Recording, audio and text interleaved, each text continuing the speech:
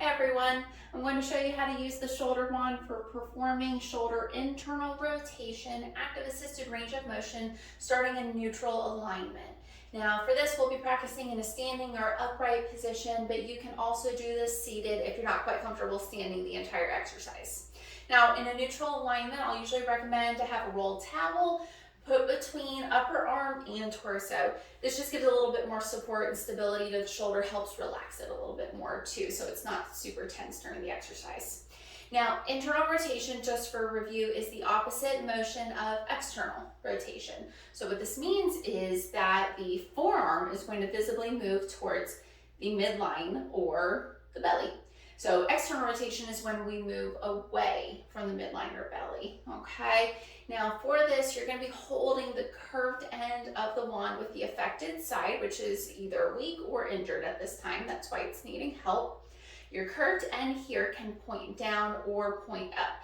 Doesn't matter which one, honestly. All right, now my opposite one, which is gonna be my stronger side for this, can hold anywhere along the wand, on the end of it too. Again, whatever positioning just feels more comfortable for you.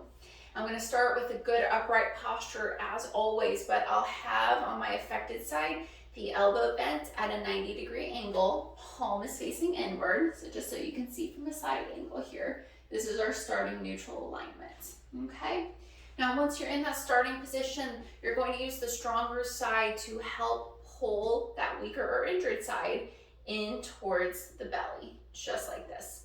So you go as far as you can tolerate and hold for about 5 seconds and then help it back to where you started. So we're just trying to retrain those internal rotators of the shoulder with this active assisted motion. You'll practice for up to 10 repetitions and you can repeat for 1 or 2 sets, that's fine. Just again, always please make sure you're not pushing into any pain with this. Discomfort is fine, but please no pain.